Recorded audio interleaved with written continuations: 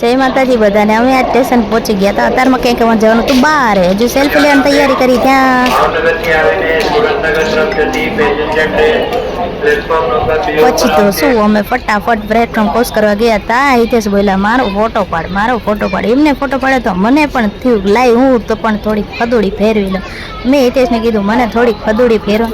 એમને તો શું મને ફદુડી ફેરવી હે ચક્કર લાઈ નાખ્યા. સવારમાં પોતાને પરસેવો વળી ગયો એટલા ચક્કર કર્યા. પછી તો શું અમે બેઠા બેઠા ટ્રેનની રાહ જોતા હતા. ટ્રેન હતી અમે ટ્રેનની રાહ જોતા હતા. બાવો વાગ્યો, વાહ આવી ગઈ ટ્રેન. ચોવીસા પારખર પડે તારી. પછી અમારી ટ્રેન આવી ગઈ. એમાં મારા ફૈબા હતા તો મારા ફૈબાએ કીધું હતું કે અમે તારી જગ્યા રાખશું. એટલે મારા ફૈબાને ગોતતા જતા ત્યાં મારા ફૈબા અમને જોઈ ગયા. કીધું અહીંયા આવતી રહી કાજલ, અહીંયા જગ્યા છે જ. એટલે એમને અમારી જગ્યા રાખી જ હતી. પછી તો અમે ટ્રેનમાં ધીમે કરીને ચડી ગયા ઉપર. બસ સીટ ખાલી મળી ગઈ એટલે અમે બેસી ગયા બધા. પછી ફૈબા જોડે કેમ છો ને કેમ નહીં વાત કરી લીધી ને બેસી ગયા. પછી અમે સુરેન્દ્રનગર જંકશન ગેટે ઉતરી ગયા.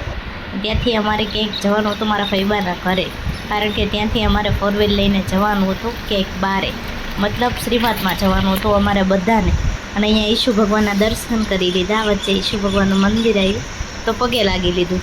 કીધું ઈશુ ભગવાન બધાનું સારું કરજો હવે.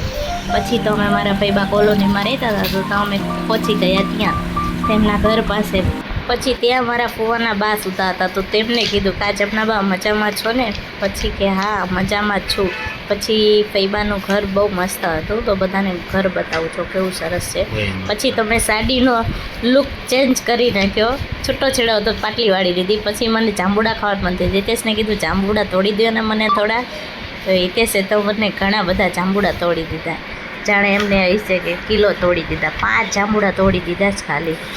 પછી તો કે બસ થાકી ગયો હવે તો કે 5 જાંબુડા. પછી અમે શ્રીમતમાં જવા માટે નીકળી ગયા. ગાડી ચલાવવાની હિતેશને હતી એટલે અમે 4 જણા જતા હતા. 2 ફૈબા, હું અને હિતેશ બધા જવાની હવે નીકળ્યા છીએ. બસ બેસી એટલી વાર છે.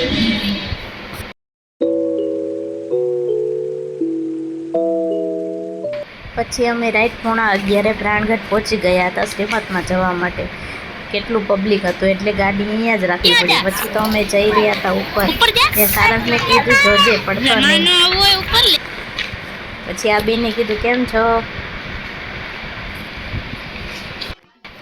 આ બધા હતા ભાઈઓ અમારા, કાકા મામાના કોરિયા બધા. અને અહીંયા હતા અમારી બેન છે, અમારા ભાભી છે, અમારી બેન છે, આ થોડે મારા ભાઈબાની દીકરી છે, 4 મારા ભાઈબાની દીકરી છે.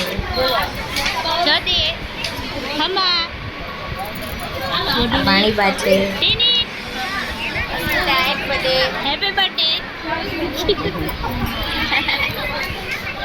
તમે બેઠા હતા.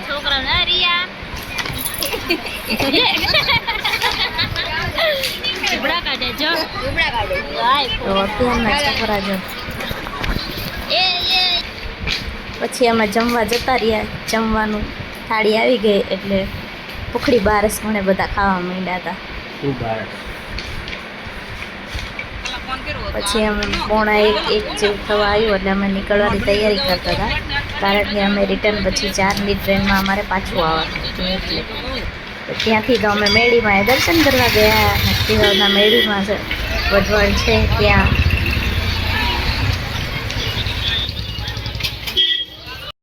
જય મેળીમાં બધા દેવી દાડું પાડતા હતા અને મેળીમાં બધાનું સારું કરશે. જય માં મેળીમાં, નક્કીવાવના ટોડાવાળા મેળીમાં. પછી અમે બધા દર્શન કરવા નીચે ગયા. દર્શન કરી દીધા. દર્શન કરીને અમે બહાર આવ્યા. પછી બધાએ પાણી પીધું, પ્રસાદી લીધી અને રાહ જોઈને ફૈબા અને હિતેશની રાહ જોતા હતા. પછી અમે ત્યાંથી નીકળી ગયા 2 વાર. પછી આવી ગયા અમે સ્ટેશનમાં.